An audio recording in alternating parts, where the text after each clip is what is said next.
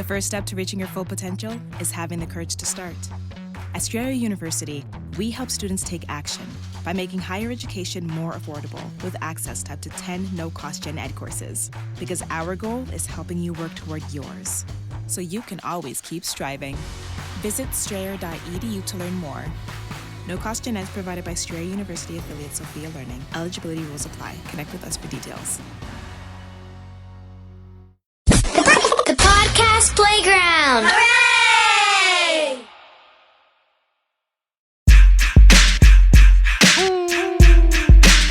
You are now entering the Who's House podcast. You making 2,000 a minute, man? For sure. I'm probably making more than that now, though. You probably making like 8,000 a minute right now. Yeah, probably at the rate I'm going. Shout out to Hardin, Las Vegas, the best dispensary in the world. Did you go in the studio with certain artists, or songs were sent and returned? Did you send songs out and they did it? It was more so all send and return. Oh, for real? Like, damn near every feature I did except for the one with Kid Leroy. But Dirk still just recorded his verse separate from being around me. So damn near every feature track on there was. And now, yeah, I got in the booth with Thug for my album. But when you send the beat back, when you send the beat away and then they come back, is that like kind of like a cheat code? Cause you or they hear your bars No, it was first? just they'll hear my shit first. Oh, so like you I'll send your lay it down. verses first? Yeah, I'll send my Okay, verse okay. done, my verse and the hook already on there, just so they can get an idea. Mm-hmm. Cause that's really what make a feature easier to do to me. I mean, you got Nicki Minaj on there. How was that to get that out the way? You got Nicki Minaj on your album. Is that a bucket list for you? Hell or yeah, is it a relationship? that's a big deal for me right now, and just how she supporting me. Feel me? I just know that's gonna be one of those bigger records for me off the project. I remember when she did the Chirac freestyle back in the days. Mm-hmm. Was that one of the days you woke up from Nicki, or you just liked all her old shit, like being from? Yeah, I liked her older shit because you gotta think about back then. Nicki was probably the only real female rapper holding it down. She was doing that shit for a minute, and then she had a lot of hit records that you just hear on the radio every day. So even beforehand, before she had made the song with her, yeah, it was like everybody in Chicago was fucking with her. There's a New York love on the record. What's that about? Like you fuck with New York in the beginning, or you've always looked at New York? You know how some people, they always look at like the West Coast, or they look at the Bay. Detroit looks at the Bay. Like, what was your energy like? I just know starting out that I got a lot of big support from New York. Like New York showed me the most love. For any outside city, New York and Minnesota was the two main cities outside of Chicago that just showed me love. Like, it's damn near like I was from out here. Not to mention the fact that you have a record without a feature that was on number one. It was number one on Billboard. Like you about to hit 100 million views. Like, and you don't have no features though. Like, I feel like you don't need any features. What made you go that route? You've always had records that was hits without nobody else. I mean, you had the usual crew, like people you fuck with, but the outside, like, It was really just like I was just expounding on this earlier, but it was really like, I know I don't necessarily need a feature, but I just look at it longevity wise, or just me going to the next level. To me, in order to reach new heights, you will be able to slower ground doing it by yourself, as opposed to tapping into other people's fan bases, or tapping into the artist that's bigger than you even, and just, you feel me, becoming a bigger artist in that way. Who's the first artist that like kind of like found his way to find you and to tell you that they fuck with your music? I could just recall like Meek was one of the first bigger artists. He was one of the first bigger artists, because when I was even going to around to like label meetings and shit, like I was just chopping it up with him. He was just giving me game for real. I remember there was rumors back there he wanted to sign you, like he wanted to get you down with his clique. Yeah, I don't really know about that. I don't know how that shit. Like, I don't know. No. Meek Mill always want to sign all the new guys and stuff. Yeah, I don't really know about that. Yeah. don't know. They never had anybody try to like sign you like in the very beginning, like they try to like get, like like Baby somehow. No, it was just all real corporate shit. Like, wow. I just gotta go in these meetings in some of these rooms. And I was doing a lot of that shit by myself around that time. I didn't even have management, so I come in there with my homies. And like, you had a lot of you had the proving ground was crazy. Like there was like 5-6 other shy artists kicking ass, on game. adding with Kanye West, which is ridiculous. But you had a lot of youngins out there that's in your clique kicking ass. How the hell did you get out of that? It was really just bodies of work and people being able to appreciate me elevating from project to project. Even with my newer project coming out, I feel like I elevated and just showed more versatility.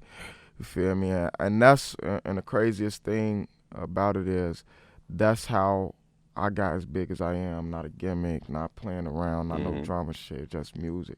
And that's the way I like to keep. I try to keep my nose clean. You've always been creative too, man. You always want to be outside the box, man.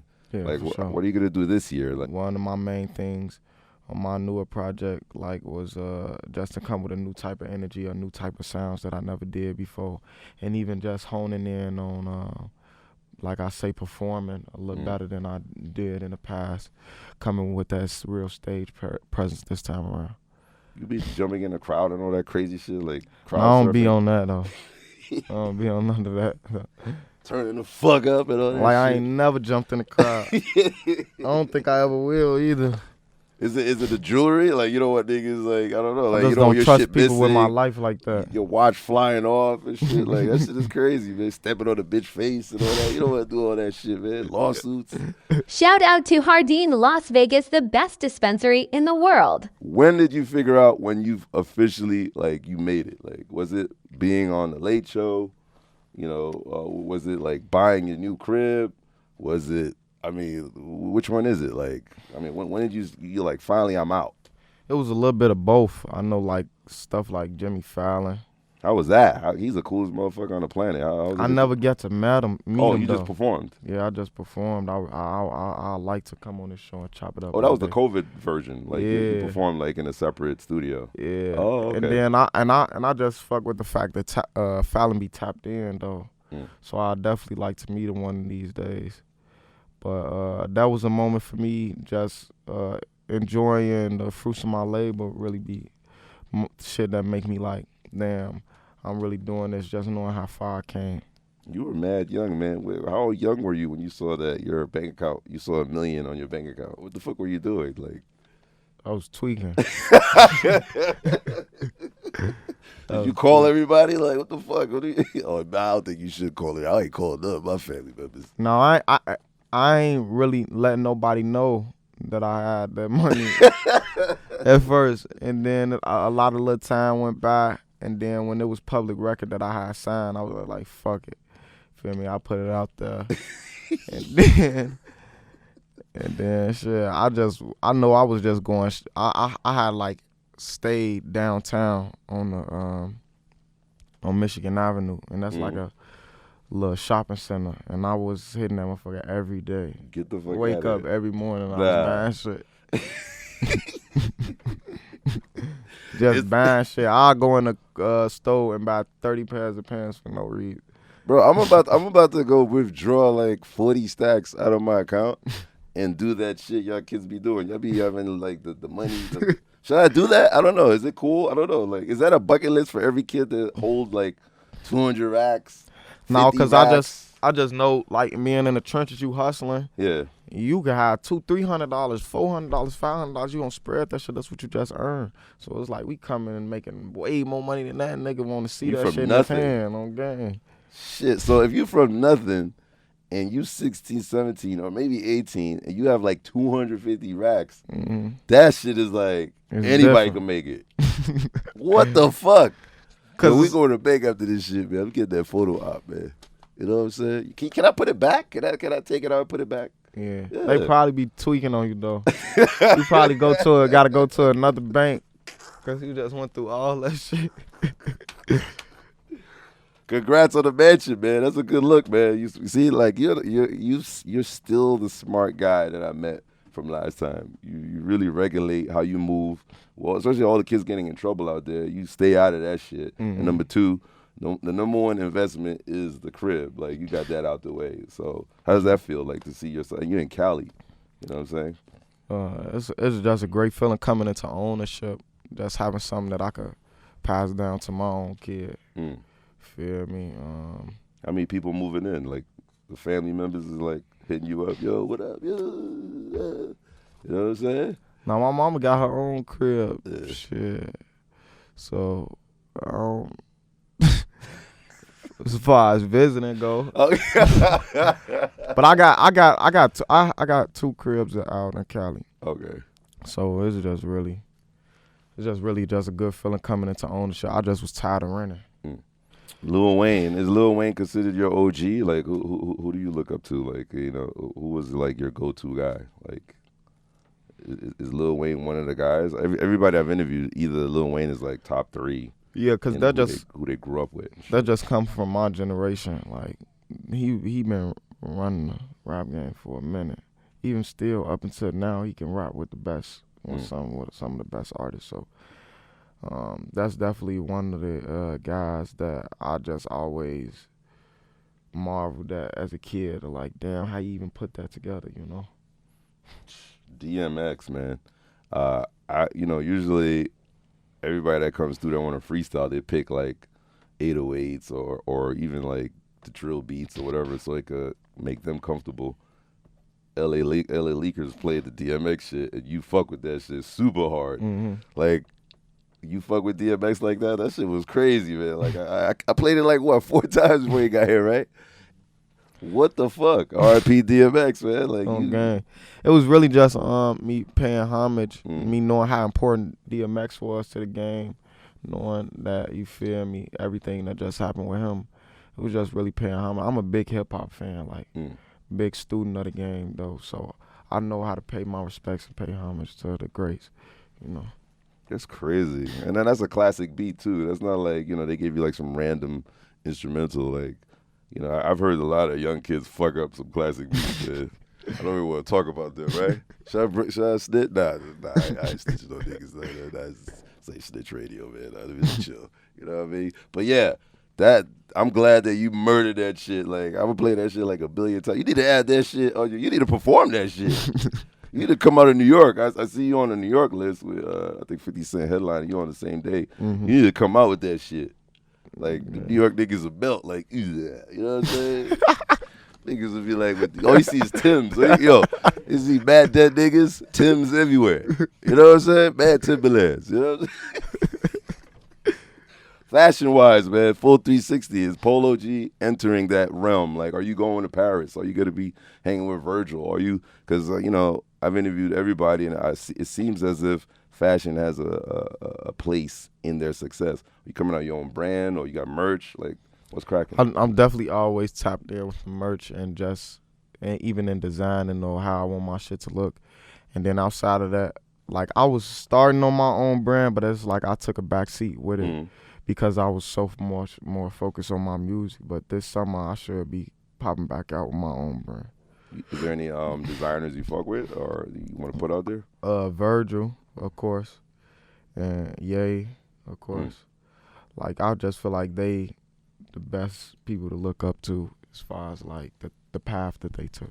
They be sending you those, like, you saw the new Wasp sneakers that they got coming out. They look like little bees or something. I don't know. Like, no, I ain't see them. Kanye West, he got like, they look like little wasp nests or some shit. I don't know.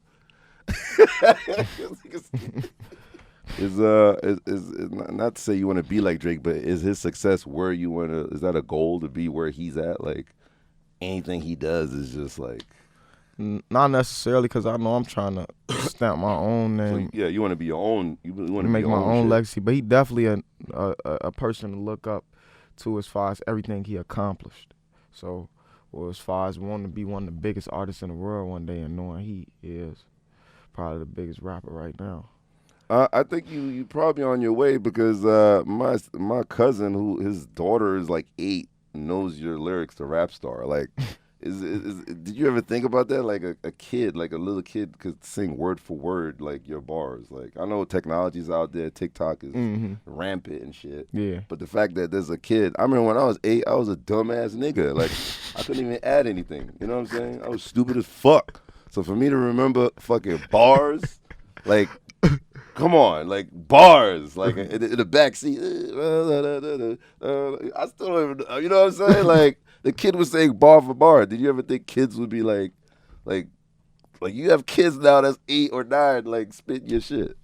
Yeah, I always was tapped in with the kids since my first shit, since the pop out. And then it's like ever since then, making that type of record, seeing what type of like feedback that I got from kids and them loving that so much, I always kept shit like that in mind because I want to stay locked in with them and grow with them, you know. I'm glad that you actually laugh a little. I remember when I first met you, the Chi-Town desensitization was like, this guy was like scaring me, yo. I thought I was about to I had to get niggas up in there like this. I thought you had niggas outside. I was like, yo, where's Shade 45, man? But you still have that though. Like it's never gonna leave you. Like even when you first walked in here. You looking at my big goofy homeboy, you like, yo, who the fuck is this nigga? In your head, but is that like permanently, like you always on alert still? Yeah, or sure. Did it calm down? No, I'm always be on alert. That's just like how we was raised, where we come from, and then just not underestimating your surroundings. Feel me? So any type of environment that I'm coming into, I'm trying to be aware. I was in Chicago like maybe 7 days ago. I had to shoot a music video there. And where I was at, I wanted to catch an Uber. I was trying to, fuck these two bitches out there. Like, they just want to give me, I don't know, maybe they think I'm 50 Cent's DJ. I don't know, they were trying to hit it. But I couldn't get an Uber. Like, they said all the Ubers quit because they get carjacked. Is that like a serious thing? I don't know. Is that a serious thing? I'm not even making this shit up, right? Is that real? I'm not even making this shit up, yo. No, I haven't been to the city in so long, but it's always like some shit I had to hear. Like I don't be in the city so much, rather. So it's like it's always a new trend that they gonna come up with. Like one point in time, they gonna be stealing all the SRTs and shit, carjacking for that. And one point in time, they not carjacking the Uber. They just want you to pull up to take your iPhone off the shit. So it's just like young kids, different like they just going out of clout. Like, oh, I did 3 today, or I did. No, 4 today. they really want that shit. Oh, they want that shit. Yeah, they really want that shit. There's a purpose behind that shit. They ain't playing. The chick was yelling at me, so Uber finally came and she was cursing me the fuck out. Hurry the fuck up, nigga. I was like, yo, we gotta get the fuck out. I think where they were shooting the video is like a highly, like niggas be getting killed in the area. So I don't know. I jumped in the car. Hurry up! Like it was crazy. She had a cop. I never saw a cop camera in an Uber. Like so. It's. I mean, it was a wake up call. I went there to shoot a video, and then you just can't get out of the environment by not being aware that you're in Chicago now. For sure. Like Chicago makes you know you're in fucking Chicago. For you sure. better be fucking aware. Like this shit is crazy. But you used to talk about that shit. Like everybody, Dirk, fucking Herb, everybody telling me separate stories. But it's like, it really is like that when you're physically there. Yeah. You know what I'm saying? Or any kind of record that people could like focus on to be like, yo, this is the record that kind of like gives you the experience of Chicago. Like, Bloody Canvas. Wow. Definitely. It's like a storytelling song. It's like really just telling you what the lifestyle of a young kid in Chicago could be and why he act the way he act. You can't, there's no age. Like, you could be like, what's the youngest? 7, 8? Like, hopping off the porch, yeah, you could be as young as probably like 9? I say on average in the city is like 13, 12, 13. Ranging from like 13 to like 16 or something. Man, was there ever a time that you were like possibly gonna give up when you were young? Like, this shit ain't never gonna pop off? You remember those days? Like, hell no, it's like I always kept a positive, like was time where I was down, like, why am I doing this and I ain't seeing the results? But it was like something just always told me in the back of my head to keep going, because the more and more I kept doing it, the more and more support that I got. Because starting out, everybody used to be like, man, yo, this ain't gonna be no rapper, dude. Like, what is you trying to, like, what is you doing? And even starting out, I'll be like, yeah, I'm one of the best rappers in the city without a song on YouTube. And they like, what? Like, what the fuck you mean you wasn't the best? Crazy. And then they're like, in Chicago, they be like merch, and that mean put it on something. So I just be like, on my grandma. So it's just merching it on everybody, and they like, man, you just put it on your grandma. You gonna be the best rapper in the city, or you the best rapper in the city? You out your fucking mind. And then now they hear that shit. Now they're like, you used to say that back then. It's shit crazy. Shout out to Hardin, Las Vegas, the best dispensary in the world.